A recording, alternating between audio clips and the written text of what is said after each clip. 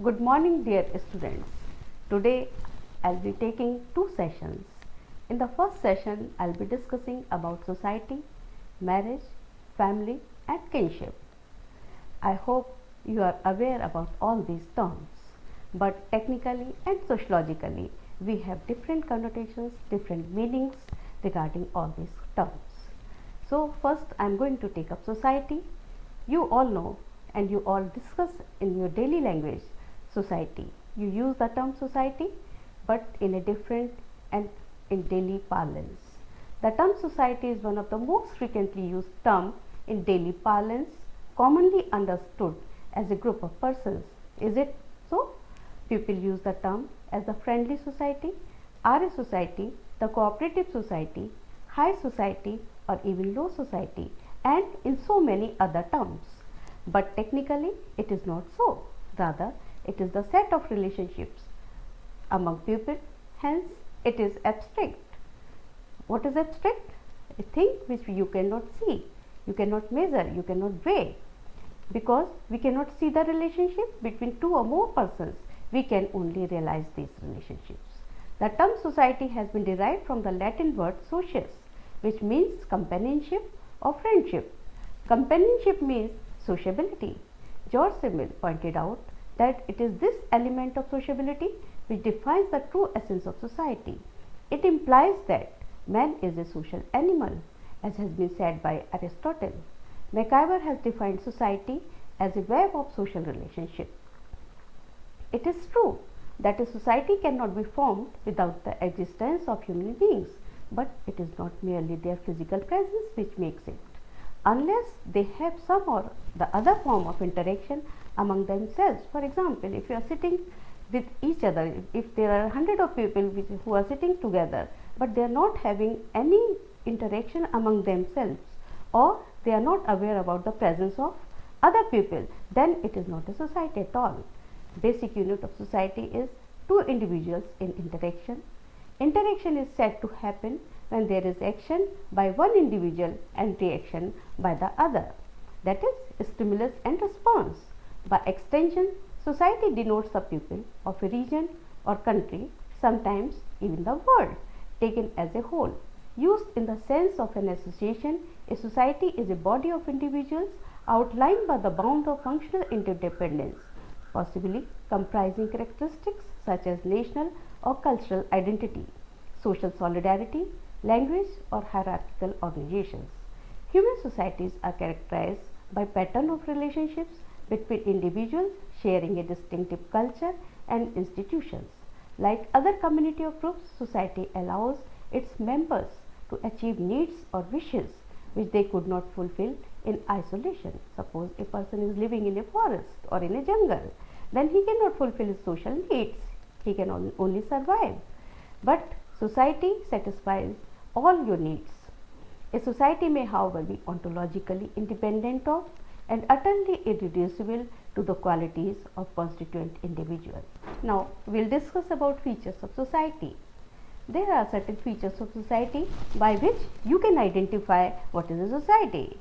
First feature and most important feature of society is, as I have already told you, mutual interaction and mutual awareness.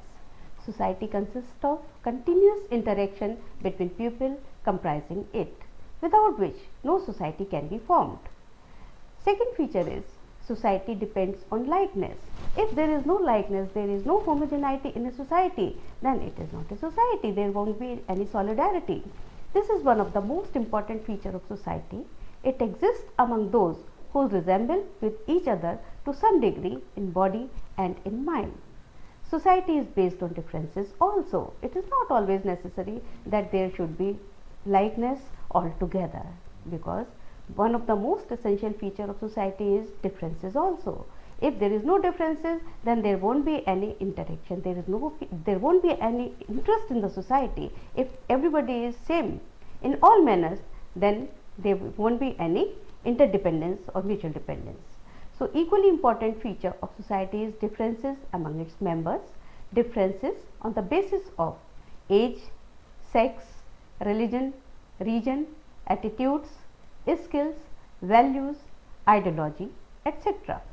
And the next feature is mutual dependence. Mutual dependence means that we are depending upon other persons for satisfying our needs.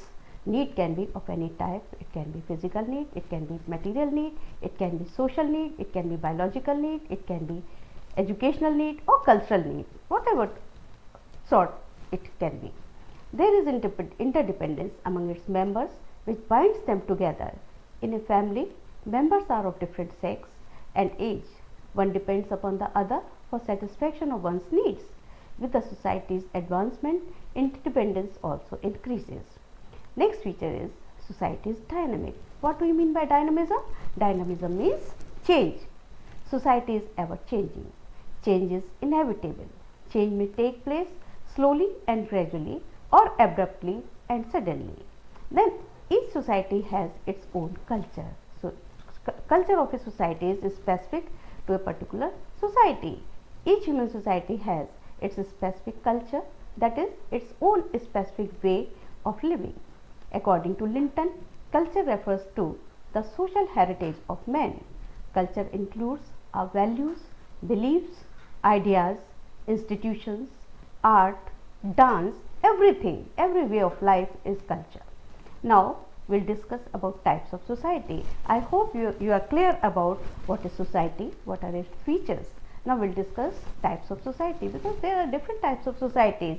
As you must be noticing, or you must be seeing or watching on the TV.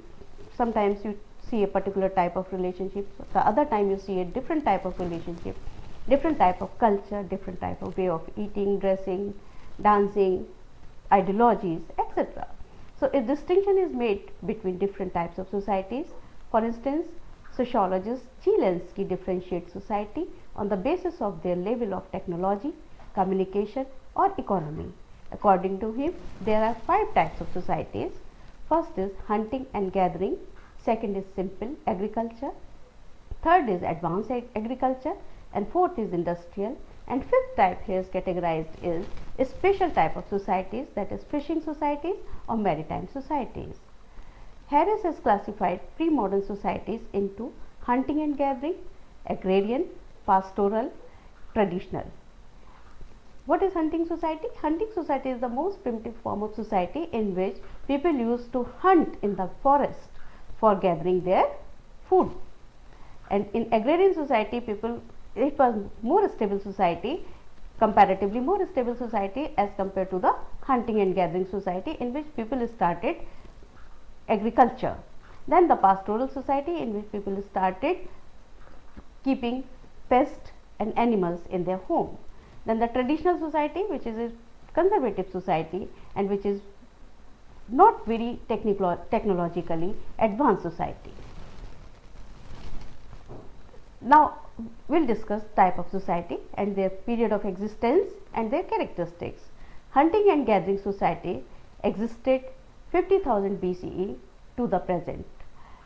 Its characteristics are: people lived on hunting, fishing and gathering plants and other edibles. Size of the society was small and it was a simple society. Stratification on the basis of age and gender. Second type of society, agricultural society or agrarian society. It existed 12,000 BCE to the present. Its characteristics are: it is a small rural communities, livelihood through agriculture, more stratified than the previous one, and it is ruled by the chief. Then the pastoral society, it also existed 12,000 BCE to the present time. Size from a few hundred to many thousand people. Livelihood through domestication of animals, more stratified than the present one, than the earlier one, Then the traditional society, it existed 6,000 BCE to the 19th century.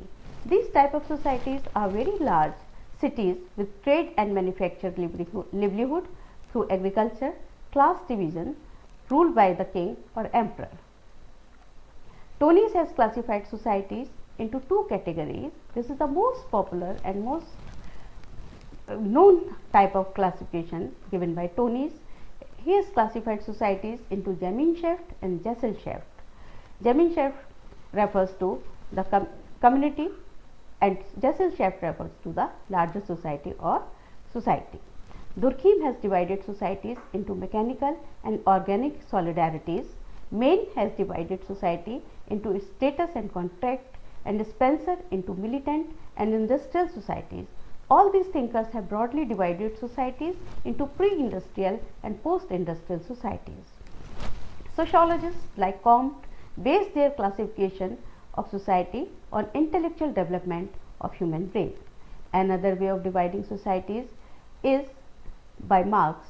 His classification of society is based on the institutional framework of society as determined by a group of people who control the means of production. That means in a factory system, you see there is a owner of the factory, there is the owner of the means of production, that is technology is owned by a person or a group of people, and there are masses, large number of people who work on the factory. So who is controlling the means of production? It is the capitalist. It is the owner of the factory who is owning the means of production. So Marx has classified societies into primitive, Asiatic, ancient, feudal and capitalist. Modern societies are industrialized societies, that is societies in which major source of livelihood is industrial or related production. Industrialization refers to the use of inanimate sources of energy for mechanized production. What is inanimate? In which we are using other than animal energy. These are characterized by high level of technological development. On the basis of modernization, societies are classified as traditional, modernizing and modern, and on the basis of development as underdeveloped, developing and developed. Societies are further classified into postmodern and post-industrial societies. Indian society is a multifaceted one, to an extent perhaps unknown in any of the world's great civilizations. Virtually no generalization made about Indian society is valid for all of the nation's multifarious groups. The ethnic and linguistic diversity of Indian civilization is more like the diversity of an area as variable as Europe than any other single nation state. Living within the embrace of Indian nation are vast number of different regional, social and economic groups and even cultural groups. Particularly noteworthy are differences between social structures in the north and south, especially in the realm of kinship systems. Throughout the country, religious differences can be significant, especially between the Hindu majority and large majority of Muslims and minority groups such as Buddhists, Christians, Jains, Jews, Parsis, Sikhs and practitioners of tribal regions. All pride themselves being unlike members of others' faith. Now I'll talk about family. We are all members of a family. We all live in a family and we generally have some idea about the word family. If I ask you what is a family, you may be able to define it. So family, the word family has been derived from the Latin word famulus, which means a servant, not a paid servant. In Roman law, the term denoted a group of producers and slaves and other servants as well as members connected by common descent or marriage. Originally, a family consisted of an adult male and a female with their child or children and servants. Burgess and Locke define family as a group of persons united by ties of marriage, blood or adoption, constituting a single household, interacting and intercommunicating in their respective social roles of husband and wife, father and mother, son and daughter, brother and sister, creating a common culture. A family is a group of persons directly linked by kin connections, the adult members of which assume the responsibility for caring for children. Kinship ties are bonds between individuals established through marriage or through lines of descent from father's or mother's side. Now, again, as we have discussed general characteristics of society, now we will discuss characteristics of family. So, characteristics of family have been divided into two types, general and specific function. Features. General features are which are common throughout all families. So the basic general feature of a family is a mating relationship. A family is established when a man and a woman establish mating relation among them. Selection of the mates. Generally, selection of the mate is made by parents or by adult members of the girl or the boy, but a mate is also selected by the marrying individuals themselves. For example, this type of marriage is becoming more common in present day. Like a boy, he may select a girl, or a girl may select a boy, and they can marry, and there is no objection from both parents' side or either of the parents' side. Now, a form of marriage. Family is a form of marriage. Its base is marriage. The mating relationship is established by the institution of marriage. Now, type of marriage depends upon the prevalent form in a particular group or society. A nomenclature. Every family is known by its specific name. That a child is identified that he or she is the son of that family. He and she is the daughter of that family. Now, a way of determining descent. Every family has its own way of tracing descent. Descent refers to the biological relationship between individuals. Descent may be traced through the male line of the family, known as patrilineal descent, or from the female line, known as matrilineal, or through both the lines, called bilateral descent. Now, a family has a common residence. Family needs a house to live in. After the marriage, the wife can live in her husband's father's home.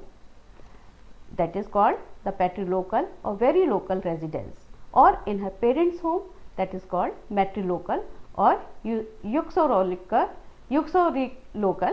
residence, or they may establish a new residence independent of each one's parents, that is called neolocal residence. So you must be seeing among your neighbors, among your relatives, that when a girl or a boy marry, they normally go to the girl normally go to live with the husband's parents' house. That is called the patrilocal. Patri means father, local means residence, father's residence, and matrilocal, if the girl and the boy stays with the wife's family or wife's parent, that is called matrilocal. That matri means mother and local means residence. And neolocal, when suppose the boy is working in a new place where his parents are not there, so he may take the wife to a new residence, that is called neolocal. That neolocal means new, local means residence. Now, specific features of the family. There are certain specific features of the family. First feature is universality. Family is a universal phenomenon, that is, it is found in all society in all times. Then there is emotional bond. Members of family are bound with each other with an emotional bond. Suppose you leave your family, then you feel sorry. You may shed your tears also sometimes. Now, nuclear position in the social structure. The family is the nucleus of all social organizations. Family is the unit of society. If family is strong, then the society will be strong. If family is united, then the society will be united. If family is good to impart good education to its children, then society will have good citizens. Now, responsibility of the members. All members of the family have certain responsibilities, duties and obligations toward each other. Now, social regulation. The family is peculiarly guarded both by social taboos and by the law. The society takes precaution to safeguard this organization from any possible breakdown.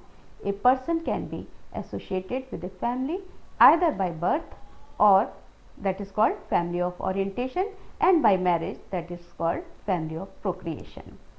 Now, descent regulations. Descent regulations are of three types. Patrilineal, as I have already told you. Patrilineal means affiliation is with the male ancestor. Matrilineal affiliation is with the female ancestor, and bilateral, where descent is claimed from both parents. Now, functions of family. Like other institutions, family is also an institution, and it performs certain functions. So, there are certain universal functions. As said by Kingsley Davis, there are 4 functions of family. First is reproduction, second maintenance of family members, placement means placing the children for jobs, for marriage and socialization. Now Ogburn and Nimcoff have mentioned 6 major functions of family like affectional, economic, recreational, protective, religious and educational. Reed has mentioned 4 functions of family. First is race perpetuation. Race perpetuation means by the institution of marriage, a boy or a girl, when after marriage they can produce children. So human race is perpetuated. Society is not in a danger. If there is no reproduction, then society will die one day. Then second is socialization, that is inculcation of values and giving education to children in a family. Then regulations, family also exerts control over its members. Then satisfaction of sexual needs. Then economic functions, family also has some economic base. There is a member of a family, 1 or 2 member or more member of a family, they earn for the livelihood of the members of the family. Now types of family, based on the membership there are 2 types of family, that is nuclear and the joint.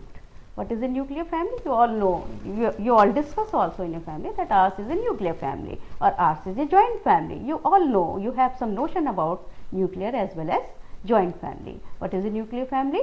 A nuclear family is said to be constituted when 2 adult members with their unmarried children live together. When close relatives other than the married couple and their children live either in the same household or in a close and continuous relationship with one another, we call it an extended family. Suppose you are not living, your grandparents or your uncle and aunts, they are living nearby to you or in a short distance from your house, but still you are taking care of these people, then it will be called an extended family. For instance, if a family is maintaining such type of relationship with grandparents, siblings and their spouses, then it is said to be an extended family. The other major form of family, which is a characteristic feature of Indian society, is the joint family system.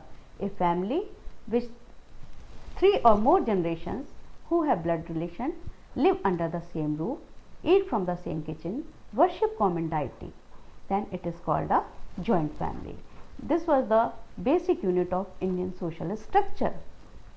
Family in India has remained a vital institution and foremost primary group because it is the sheet anchor of the patriarchal authority on the one hand and a protector and defender of individual members' right to property on the other.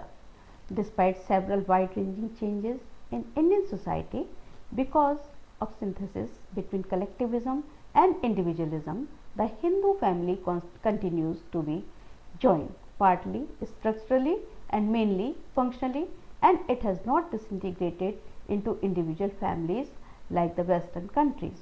Several studies on family have revealed that industrialization, urbanization, education and migration have not necessarily resulted into nuclearization of family in India. A nuclear family in India is not simply a conjugal family. A real change in family must refer to change pattern of kinship relationship, obligations of members toward each other, individualization, etc. In other words, not only change is seen in the composition or structure of family, but also in its functions. Now, as I have already told you that family, whether it is joint or nuclear, whether with regard to its functions, its roles, family has undergone tremendous changes. One of the major factor which has affected family is industrialization. Due to industrialization and urbanization, family has undergone several changes. It has been hypothesized that industrialization would tend to change the structure of family to a particular type suited to its functioning in a given society. It is said that in an industrializing society where there are different types of family, certain types of family would facilitate industrialization more than certain others. Indians, especially in cities, are now living in isolated conjugal families, and that many more young couples are desiring to do so for the new industrial economy allows for their relatives. It is said that if fast moving industrial economy cannot develop within a society whose hardened social barriers force every son to follow his father's occupation. But this is not true, as there is no occupational homogeneity among the members of a caste. Even members of a family pursue different occupations, and even they follow different religions. Today, certainly emphasis is mainly on income and status, and one derives it by doing a particular economic activity. People have been migrating in large numbers to cities. They are becoming urbanized in outlook and individualistic in their orientation. Richard Lambert, based on his study of some factory workers in Pune, concludes that factory does not produce fragmented families. The workers, just by living away from their kin, do not change themselves into nuclear families. The average size of the family among the factory workers was found to be 5.2 members, whereas it was 4.5% for Pune. It was noted that the workers had a heavy pressure of dependents, and mainly due to the fact that they were the main earners with regular cash income. Lambert also observes that even where spouses are employed, the familial pattern does not follow the Western pattern. Thus, the joint family is not functionally adaptive only to an agricultural society, it is equally functional to an industrial society. Some findings in relation to joint family are worth considering. Large joint families are more prevalent in rural areas than in urban areas and vary in prevalence with region and caste. Nuclear households are prevalent in villages as well as in cities. Such rural-urban distinctions might have been common in the past. Nuclear families in both villages and cities may grow into joint households and decline with separations and deaths into nuclear families again. Milton Singer, in his study of families of industrialists, has found that move to the city has not destroyed large family household. The move into industry has been accompanied by the sphere of industrial organization.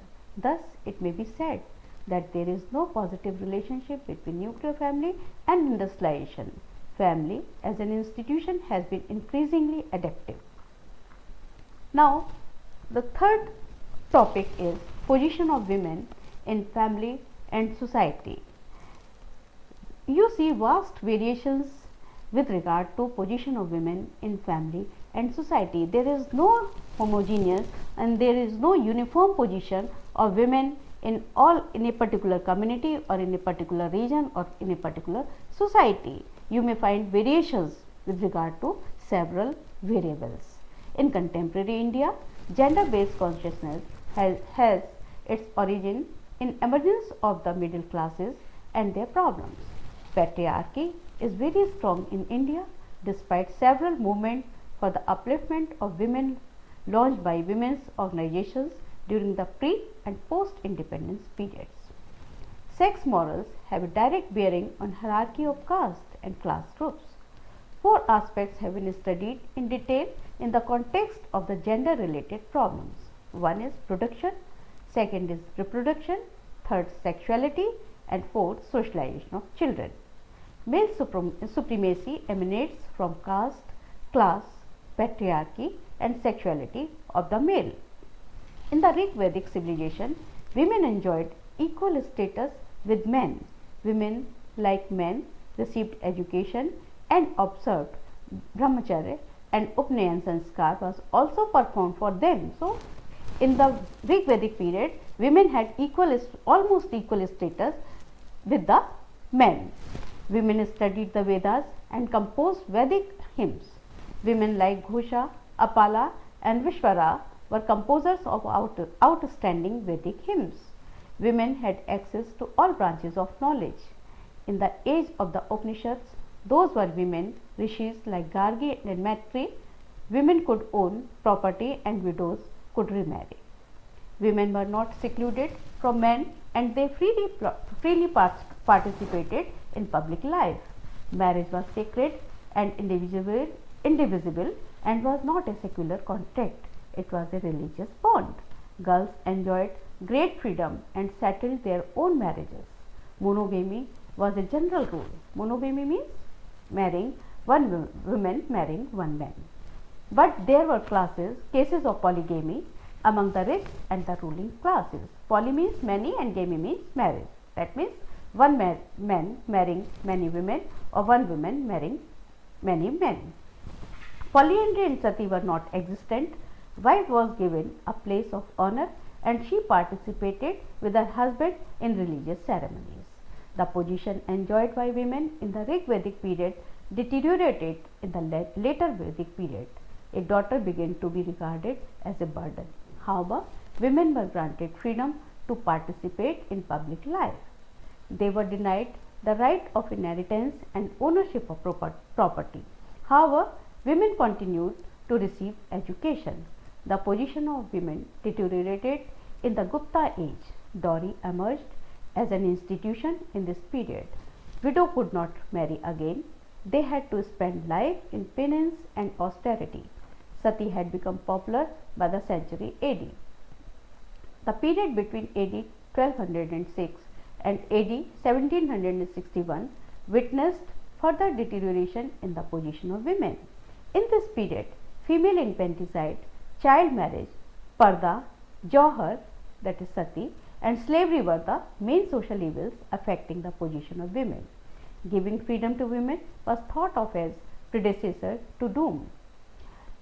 The second half of the 19th century witnessed several reforms regarding the position of women in Indian society. For instance, Raja Ram Mohan Roy and Ishwar Chand Vidyasagar were the pioneers who fought for women's liberation. Women's quest for equality with men has become universal. It has given birth to women's movements and activities and associations all over the world. Feminism has its origin in society and unequal man-women relations. Several constraints such as inequalities between men and women and discrimination against women are age-old issues. For a long time, women remained within the four walls of their households. Educated women in particular and the poor ones in general require the need for taking up employment outside the household. In recent years, the middle class women have taken up the issue of price rise and have launched anti-price movement in various cities of India. Within the household, women have demanded equality with men. What exists for men is demanded for women. The demand for equality with men speaks of a nation's notion of men's tyrannical hegemony over women. Women organizations have created consciousness, gender equality, particularly in the urban areas. Reservation for women in the Panchayati Raj institutions has been made after the recent 73rd and 74th constitutional amendments. Consequent upon those urgent social problems connected with women, International Women's Day, International Women's Year, conferences and seminars on women and women's studies have been instituted in a big way since the late 60s and 70s. The provisions made in the Constitution of India regarding equality of women with men have also been widely popularized. A notable development in the field of women was the constitution of the Committee on the Status of Women in 1972 by the Government of India. The committee submitted its report in 1974, which was very widely welcomed. There is also an All India Association of Women's Studies. Demonstrations, processions and strikes against rape, dowry death and murder of women have become a regular feature in big cities. Now we will discuss about man-women relationship. You find variety of man-women relationships in the formal as well as in the informal sector. These vary with respect to caste, class, region, income group, etc. There can be an expression of women's identity independent of men. The answer is ideologically yes and practically no. Meenakshi Mukherjee rightly observes that social conformity has always been more obligatory for a woman than for a man. Generally, a woman's identity tends to be defined by herself as well as by others in terms of her relationship with men as a daughter, sister, wife, and a mother. This was also true of women in Europe in the 19th century. Today, women in China enjoy a status almost equal to men. In the present time, the emphasis on women's studies is not on the status of women, their degradation and social customs, the role of women in family, community and tradition, but it has shifted to education, economic and legal status of women, political participation, and finally women's empowerment.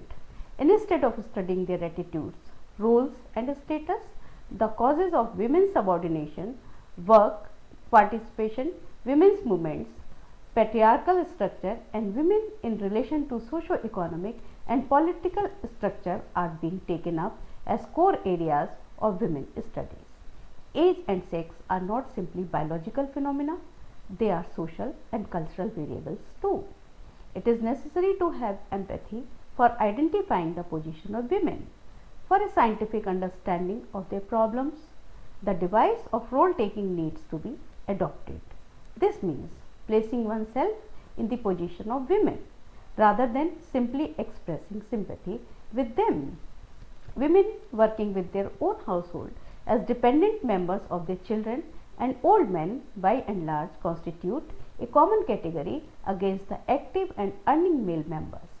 Such a situation is found in India, where a great deal of women have been oppressed for familial bonds, collective responsibilities and emotional ties for kinship relationships. The legal status of women after independence has been transformed. The Hindu Marriage Act 1955, the Hindu Succession Act 1956 and Hindu Adoption and Maintenance Act 1956 duly gave right to women. However, these were rights only in theory but not in practice. Welfare measures have greatly improved the position of women in society. However, a lot needs to be done before an egalitarian society can be conceived of. Now, marriage. When the term marriage is heard by anyone, a feeling of joy also crops up into one's mind. Suppose you have to attend marriage of a person, marriage of a friend, marriage of a relative, then you feel some sort of happiness. Of course, it is a very happy occasion. Marriage is the main bond, main institution by which a society is established. It is the legal institution. It is the institution which legalizes marital relationship or the sexual relationship between a male and a female. Now, kinship, marriage and family are inextricably interlinked. Marriage is more than simply a legalized sexual union between a man and a woman. It is socially acknowledged and approved relationship. When two persons marry, they become kin of each other. Marriage widens the horizon of kinspeople by relating blood relatives of both the sides, that is, of the bride and of the groom. In India, people generally believe that marriage is not between two individuals, rather it is created between them. It is also a sacrament. Certainly, marriage provides recognition or legitimacy to children. It confirms acknowledged social status on the offspring, and this is important in terms of inheritance and succession. If a child is born without the wedlock, without the marriage between the father and the mother, then the child is not treated as a legal child. Now, types of marriage. There are two broad types of marriage, namely monogamy and polygamy. Monogamy refers to marriage of one man with one woman. Mono, as I have already told you, that mono means one and gamy means marriage, that is, one man marrying one woman or one woman marrying one woman. And this is in general is the ideal form of preferred marriage. Then the second form of marriage is polygamy, which refers to both polygyny and polyandry. Polygamy can be of two types, that is polygyny. Polygyny means one man marrying many women. Poly means many or gyny means women. one man marrying many women, more than 2 women, or more than 1 woman. In polyandry means, poly means many, and means men. One woman marrying 2 or more men. The former refers to the marriage of more than 1 woman with more than 1 man. There is also soral polygamy, under which a man is married to two sisters. Soral means sisters. So a man marries 2 sisters or more than 2 sisters. On the contrary, under Adelphic polyandry, a woman is married to 2 brothers. Besides these types, there are also institutions of levirate and sororate marriages. Under levirate, a man marries his deceased brother's wife, even if he is already married or when he has become a widower. A marriage in which a husband engages in marriage or sexual relations with the sister of his wife, usually after the death of his wife or once his wife has proven infertile, is known as sororate. The term sororate has been derived from the Latin word soror means sister and ate means marriage. Now, rules of marriage and mate selections. There are certain well defined rules of marriage between a man and a woman, and how the mate will be selected, whether how the girl will select the boy or how the boy will select the girl, and who will select for them. K.M. Kapadia's study of marriage and family in India constitutes to be an important source for the understanding of these 2 vital institutions of India's social structure. According to Kapadia, the question of selection in marriage may be considered from 3 points of view, namely the field of selection, the party to selection, and the criteria in selection of mates for marital alliance. Preferential code prohibiting restrictions, endogamy and exogamy explain the field, the party, and the criteria of selection of mates. Preferential code means how the mate will be selected, what is preferred mode of selection of a mate. Now, what is not a preferred mode of selection of mate, that is prohibiting restrictions. Sorry. Then endogamy. Endogamy means marrying within the same caste. Exogamy, marrying outside the caste. Besides those rules which limit the field of selection in marriage, caste exercises a tremendous control over its members by imposing penalties and as ostracization of the defaulting member. With a view to grant freedom to a person in selection of the marriage partner outside one's caste, the Special Marriage Act was passed in 1872 in India. The Act was amended in 1923 to make it more effective. Subsequently, various acts were passed in 1938, 1946 and 1949 with a view to widen the scope of selection of mates. Despite those legal enactments, exclusivity of caste groups remains a hard fact even today. Even today, you see, when the question of selecting a mate comes to the parents, then they always prefer to marry their children within the same caste. The Hindu Marriage Act of 1955 defines the degrees of prohibited relationship, which completely ignores rules of caste endogamy and clan exogamy. However, the local customs of various communities related to marriage among cross cousins have been held valid. Among Muslims, for instance, marriage with a father's brother's daughter is more or less preferred. At the same time, Muslims also recognize endogamous rules. The Sunnis and the Shias do not intermarry. Further, subgroups such as Sayyid, Sheikhs, Mughal, Pathan and others marry within their own communities. Dowry and social prestige of a family are other important considerations in marriage alliance.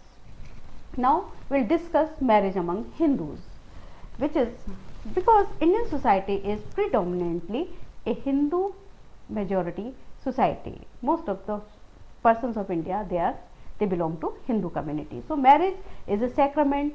It is more pious as compared to other marriages found in other communities. The aims of Hindu marriage are said to be dharma, that is duty, praja, that is progeny, and rati, pleasure, On marriage, the sacred fire is kindled to offer Panch Mahayagnas. A man with his wife is supposed to offer puja throughout his life. Thus, marriage is primarily for the fulfillment of duties of his dharma. Hindu marriage is sacred because it is irrevocable, as the parties of the marriage cannot dissolve it at all. Since marriage is considered indissoluble, the husband and wife try to adjust their taste and temper, ideals and interests by making sacrifices for each other. Now, marriage among Muslims. Marriage among Muslims is a contract. Contract, as you know, that there are certain rules on which a marriage is solemnized. It is said that marriage among Muslims is more of a contract than a sacrament. There are two types of marriage among Muslims. One is nikah and the other is muta. Under the nikah marriage, a woman comes to live with her husband and the children belong to her husband's clan. Divorce becomes the sole privilege of the husband in Islam. Women can also seek separation, that is khula, from a husband. Muta is a separation brought about by the mutual consent of the parties concerned. Now, marriage among Christians. As among Hindus and Muslims, we find stratification among Christians also. The two groups in which Christians are divided are Protestants and Catholics. The latter are further subdivided as Latin and Syrian Christians. All these groups and subgroups are endogamous. The main object of marriage among Christians as among Hindus and Muslims is to get social sanction for sexual relations and procreation. Further, religion also has great significance in Christian marriage. Christians believe that marriage takes place because of the will of God, and after marriage, men and women submerge themselves in each other. The three objects of Christian marriage are believed to be procreation, escape from fornication, that is sex relations without marriage, and mutual help and comfort. The marriage partners are selected either by parents or by children or jointly by parents and children. However, in 9 out of 10 cases, selection is made and marriage is settled by parents. While selecting partners, the focus is on avoiding blood relations and giving importance to social status of family, character, education, physical fitness, etc. Restrictions on consanguinity and affinity among Christians and Hindus are almost the same. Christians have no practice of preferred persons like the Muslims. After the engagement ceremony, the formalities to be fulfilled before the marriage are producing a certificate of character and submitting an application for marriage in the church 3 weeks before the due date. The church priest then invites objections against the proposed marriage, and when no objection is received, marriage date is fixed. The marriage is solemnized in the church and the couple declares that they take each other as wedded partners in the presence of 2 witnesses and in the name of Lord Christ. Christians do not permit polygyny and polyandry. Now, first we will discuss aims of the Hindu marriage according to Kapadia. As he has pointed out, the main aims of the Hindu marriage are dharma, praja and rati. Of these aims, dharma is given the first place, rati, pleasure, is given only the third place, and praja or progeny is given the second place. Now, dharma. The Hindu thinkers regarded dharma as the first and the highest aim of the Hindu marriage. Marriage is desired not so much for sex or for children as for acquiring a partner for the fulfillment of one's religious duties. On the marriage, the sacred fire is enkindled, and if it is the duty of the householder to offer Panch Mahayagna daily in the company of his wife. These obligations would cease to exist only on the death of the householder. They get disturbed on the death of the wife, and hence the householder could marry immediately a second wife. The basic aim of marriage is dharma, for it necessarily involves the fulfillment of a number of moral duties. Now, the second is praja, that is progeny. The desire to get issues or children is completely felt by all the people. Psychologists call it parental instinct. The desire for praja or progeny is regarded by the Hindu Shastrakaras as one of the sacred purposes of marriage. The Upanishads have also stressed the continuance of the line of progeny. Getting a son is essential for a Hindu, for it is believed that one can fulfill one's Pitru only by getting a son. It is Kutumb Dharma, family obligation also. It is one of the important marriage rituals called Saptapadi. Also, the husband prays to the wife to fetch children for the family. And third feature is Rati, that is calm or pleasure. Though sex is one of the functions of marriage, it is given the third place. It is least desirable aim of marriage. To stress the lower role of sex in marriage, the marriage of a Shudra is said to be for pleasure only. The Brahminic legislation enjoins that the Shudra wife would be taken only for pleasure. However, sex is never condemned or degraded. It is given the third place because dharma is more expected of vivah than kam. Now, importance of rites associated with Hindu marriage. Among the Hindus, there are certain rites which must be performed for marriage to be complete. The main rites are Vagdana, Kanyadan, Homa, Panigrahan, Saptapadi and Mangaladharam. These rites and the importance attached to them have added to the sanctity of the Hindu marriage. Vagdana, that is oral promise. In the presence of the people gathered for the marriage, the names, gotras and parivars of the bride and the bridegroom are announced along with the announcement that they are ready for the marriage. This ritual is known as Panigrahan, Sankalp or Vagdana. The Homa. Homa refers to the offering in the sacred fire. A number of homas of fire rituals are observed in the marriage, of which Laja Homa is an important one. This Homa is symbolic of fecundity and prosperity. Fried grains dipped in ghee are offered to fire, that is to Lord Agni, by the couple with a prayer to the god requesting him to bless them with progeny and prosperity. Now the next rite is Kanyadan. This is the most important ceremony connected with Hindu marriage. It is the ceremony of giving away the bride as a gift to the bridegroom in the presence of the sacred fire and in the presence of the people gathered. The father of the bride gives her away to the bridegroom with a promise on his part that he would not transgress her on the attainment of piety, wealth and desire. The same promise is repeated thrice and the bridegroom affirms his promise thrice. Next rite is Panigrahan, that is holding the hand of the bride. When you receive an marriage invitation, you normally see on it written Panigrahan Sanskar. What is Panigrahan Sanskar? That is giving hand of a girl into the hand of the boy, that is bride giving hand of the bride into the hand of the groom, that is called Panigrahan.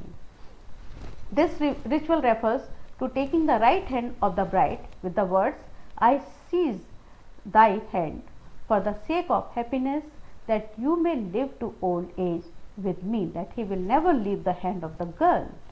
With this, the bridegroom takes the responsibility of looking after the bride. Then Mangalaya Dharma, that is tying of the tali or Mangal Sutra. This involves the act of tying the tali or Mangal Sutra, which is regarded as the sign of longevity of the husband, round the neck of the bride by the bridegroom. This ritual, for which there is no reference in the Dharma Shastras, is more in practice in South India than in the North. Now, in North India also it has become a fashion to wear a Mangal Sutra. It has even influenced the Catholic Christians of the South. In North India, particularly in Bengal, Bihar, UP and Odisha, the binding part of the marriage ceremony is Sindurdan, or the painting of the part of the hair on the bride's forehead with vermilion and putting leg bangles in her hands by the groom. Then the Saptapadi Sanskar. This is the ritual in which the bride and the bridegroom so given. This is the ritual in which the bride and the bridegroom go 7 steps together. The husband makes the bride step forward in another direction, 7 steps with the words, 1 step for sap, 2 for juice, 3 for wealth, 4 for comfort, 5 for cattle, 6 for seasons. Friend be with 7 steps united to me. This ritual is important from the legal point of view.